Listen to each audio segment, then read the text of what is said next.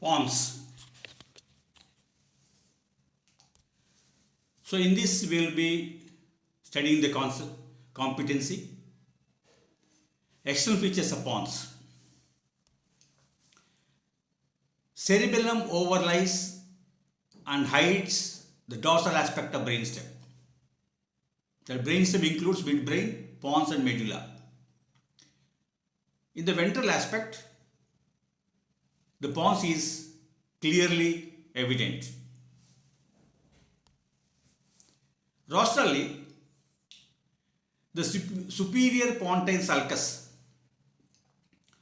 acts as the boundary between metencephalon and midbrain. Inferior pontine sulcus as the boundary between the metencephalon and myelencephalon. Floor. Part of the floor of the fourth ventricle is formed by dorsal aspect of pons and is known as pontine tegmentum.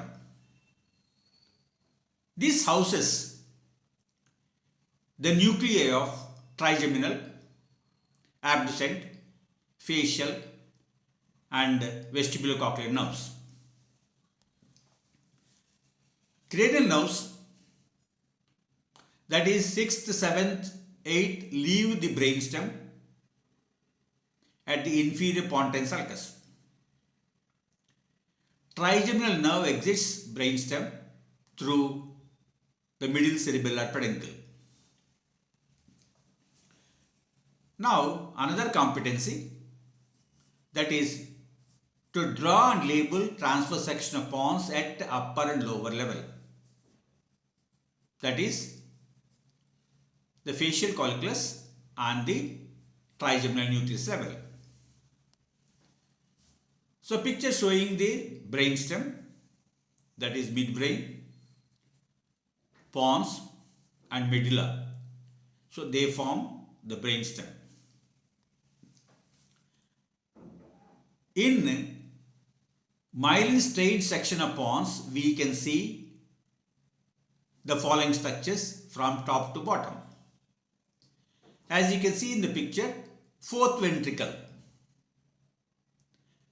receives CSF or cerebrospinal fluid from midbrain's cerebral aqueduct. Then the second is medial longitudinal fasciculus. This also can be seen in the picture.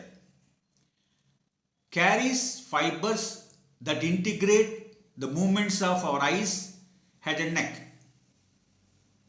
That is our ability to turn our head towards reflection of light or sound.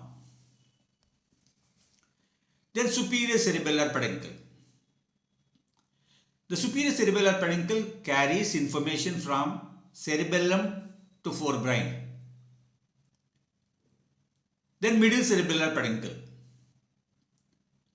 Middle cerebellar peduncle is delivering information from cerebral cortex to the pontine nuclei, which in turn relays this information to the cerebellar cortex.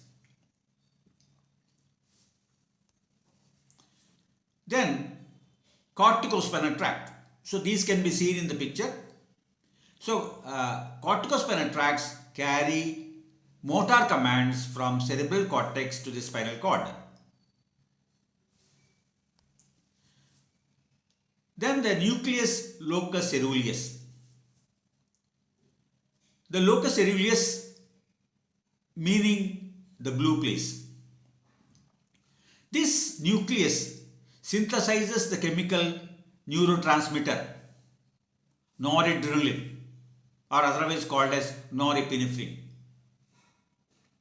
It functions as part of brainstem's system that brings the cerebral cortex into state of arousal. So locus ceruleus is responsible for state of arousal. Locus ceruleus and the adjacent brain areas control regions in the spinal cord regarding defecation, urination, and sexual functions. Locus coeruleus also stimulates sympathetic nervous system, inducing so-called fight or flight response to any danger that is faced. In Parkinson's disease, most of the noradrenaline producing neurons disappear.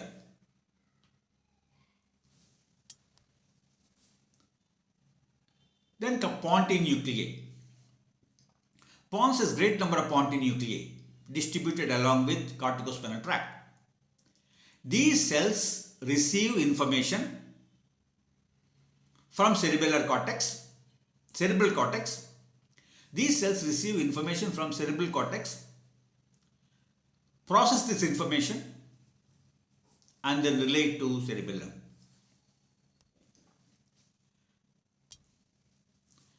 So, at the transverse section of pons at the lower level, that is at facial colliculus, the following are seen. The cavity at the facial colliculus level is fourth ventricle. Then we see what are the nuclei that are present at this level, that is at the level of facial colliculus. Sixth cranial nerve nucleus, that is abducens nucleus. Then facial nucleus, that is 7. Then spinal nucleus of trigeminal, that is on the lateral side. Spinal nucleus, that is shown as number 5. Then pontine nuclei, so they will be along with the corticospinal tract. And also just above that you can see one more body, that is trapezoid body, that will contain trapezoid nuclei.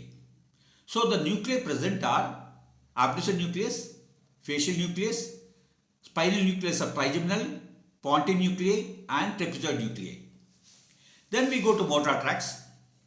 The motor tracts include corticospinal, that will end in anterior horn cells of spinal cord. Then corticonuclear, which will end in the respective nucleus like abducens nucleus and facial nucleus. Corticopontine, that will end in the pontine nuclei of the pons. Then transverse pontine fibers. The transverse pontine fibers are the fibers which arise from pontine nuclei and go towards the opposite cerebellum as pontocerebellar tract.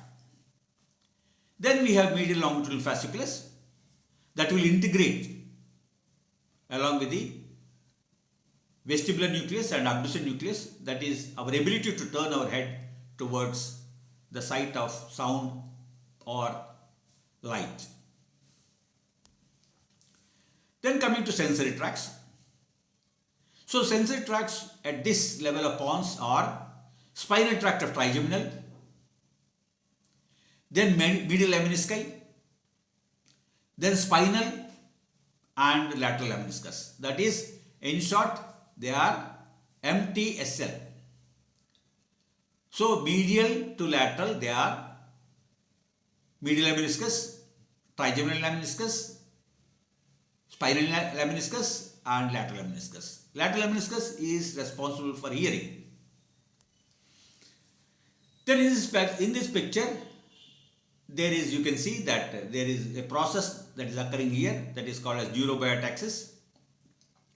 So the facial nerve which emerges from the facial nucleus, instead of coming straight, it will wind round the abducens nucleus to emerge out. So this process or this arrangement is called as neurobiotaxis. So this is said to be due to chemical attraction. That is, a nerve is attracted to another nerve. So here what is happening is the facial nucleus wanted to come nearer to the trigeminal nucleus so that it can make a better connection with the trigeminal. That is, if a fly is sitting over the face and our hands we are not able to move our hands, so there is a reflex at this level that is sensory information will go from the trigeminal. So that is in turn passed on to the facial nucleus. So we contract the muscles of face so that we drive away the fly. So neurobiotaxis is somewhat some sort of attraction between the facial nucleus and the trigeminal nucleus. Then we go to transverse section of pons at the upper level, that is trigeminal nucleus. So here the cavity is fourth ventricle. Then the nuclei are sensory, main sensory, then the motor nucleus of the trigeminal, pontine nuclei and trapezoid nuclei. So nuclei at this level are main sensory nucleus, then motor nucleus of the trigeminal, pontine nuclei and trapezoid nuclei.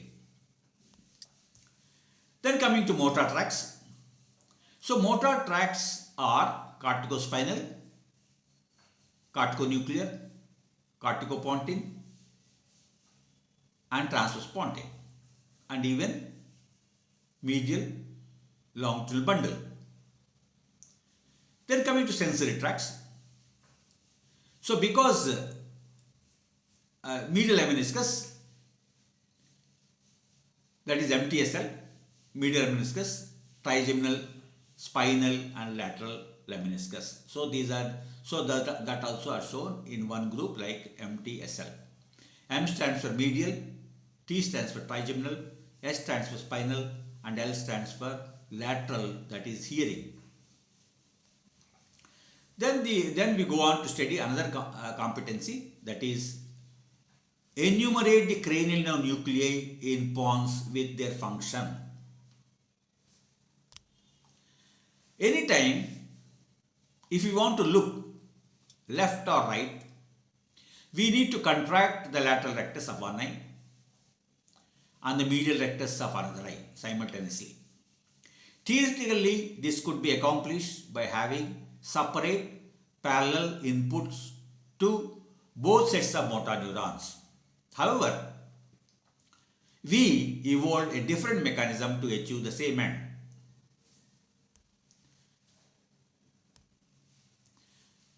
MLF, that is medial longitudinal fasciculus.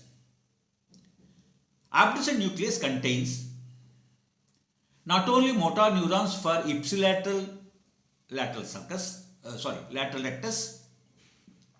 Abducens nucleus contains not only motor neurons for ipsilateral lateral rectus but also interneurons whose axons cross the midline and join the medial longitudinal fasciculus. Then ascend to medial rectus motor neurons in the contralateral oculomotor nucleus. So, anything that stimulates lateral rectus motor neurons during attempted horizontal gaze also stimulates the medial longitudinal fasciculus interneurons. So, coordinated gaze is achieved when we try to contract one lateral rectus. That is because of medial longitudinal fasciculus. Then applied anatomy of this medial longitudinal fasciculus. Damage to one medial longitudinal fasciculus causes selective weakness of ipsilateral medial rectus during attempted lateral gaze. Trigeminal nucleus. The trigeminal nerve is the principal somatosensory nerve of head, with afferents arriving through its ophthalmic, maxillary and mandibular divisions. The afferent fibers have cell bodies in the trigeminal ganglion, except mesencephalic nucleus, which are present in the CNS, that is belonging to midbrain. Then spinal tract of trigeminal. Central processes of all trigeminal primary afferents end either in main sensory nucleus or in the spinal trigeminal nucleus. It merges rostrally with main sensory nucleus and caudally with posterior horn of upper cervical spinal cord.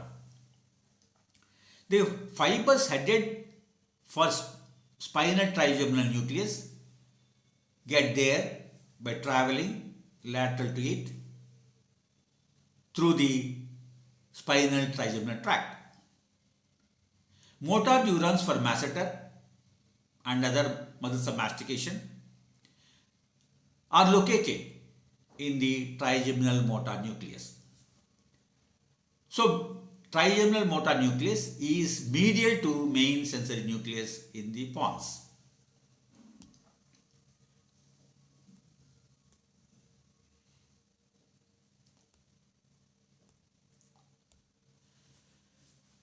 Large number of trigeminal afferents carrying information about touch and jaw position end in the main sensory nucleus.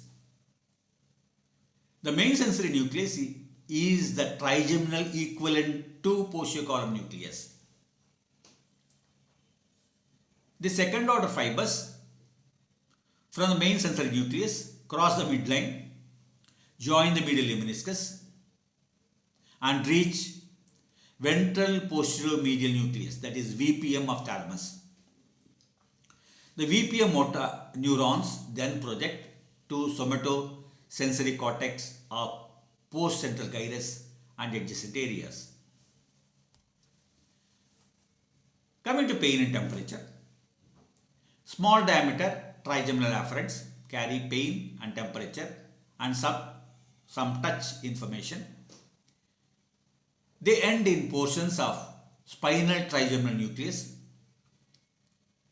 in the caudal medulla and upper cervical spinal cord. Second order neurons from spinal trigeminal nucleus then cross the midline to join the spinothalamic tract and reach VPM, ventral posterior medial and other thalamic nuclei. Thalamic neurons then project to somatosensory cortex or the postcentral gyrus and other areas. Jaw jerk reflex. Trigeminal motor neurons are involved not just in routine chewing but also in jaw jerk reflex, homologous to knee jerk reflex. Stretching the masseter causes reflex contraction by way of monosynaptic circuit parallel to spinal stretch reflexes. Afferent cell bodies for this reflex are peculiar in that they reside within the CNS, in the mesencephalic trigeminal nucleus, which is present in the midbrain. Facial nucleus.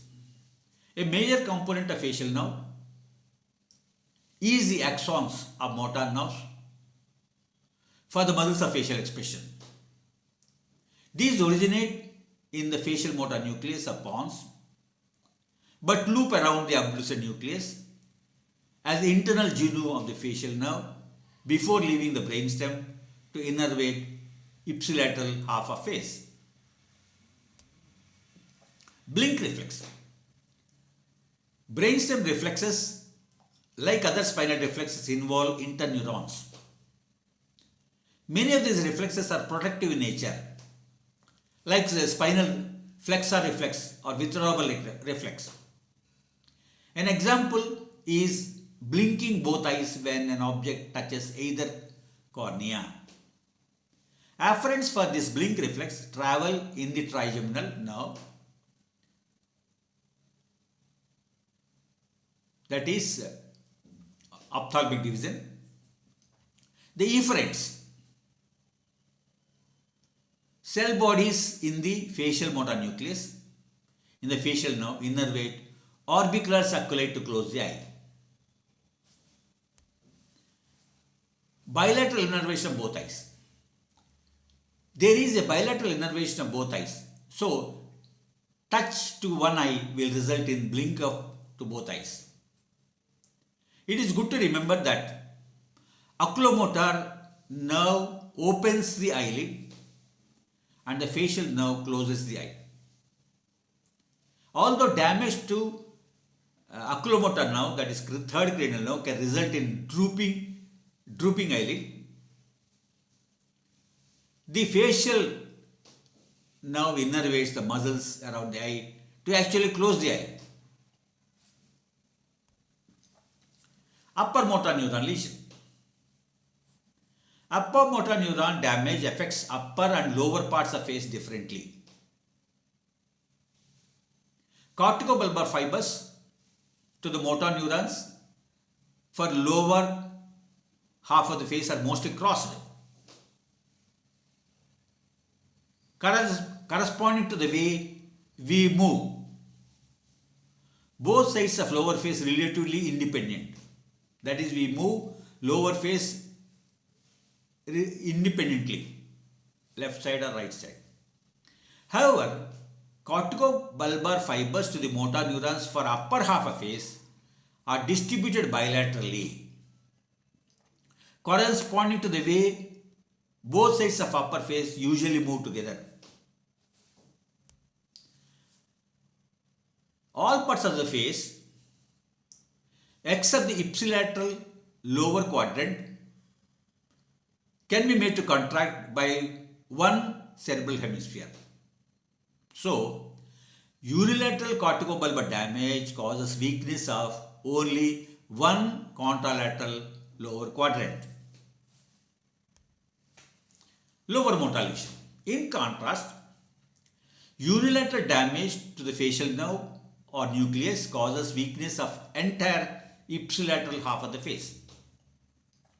This turns out to be an important clinical finding determining whether damage is either in the cortical region or upper motor neural pathway versus a brainstem, lower motor neuron or facial muscle problem. Thank you.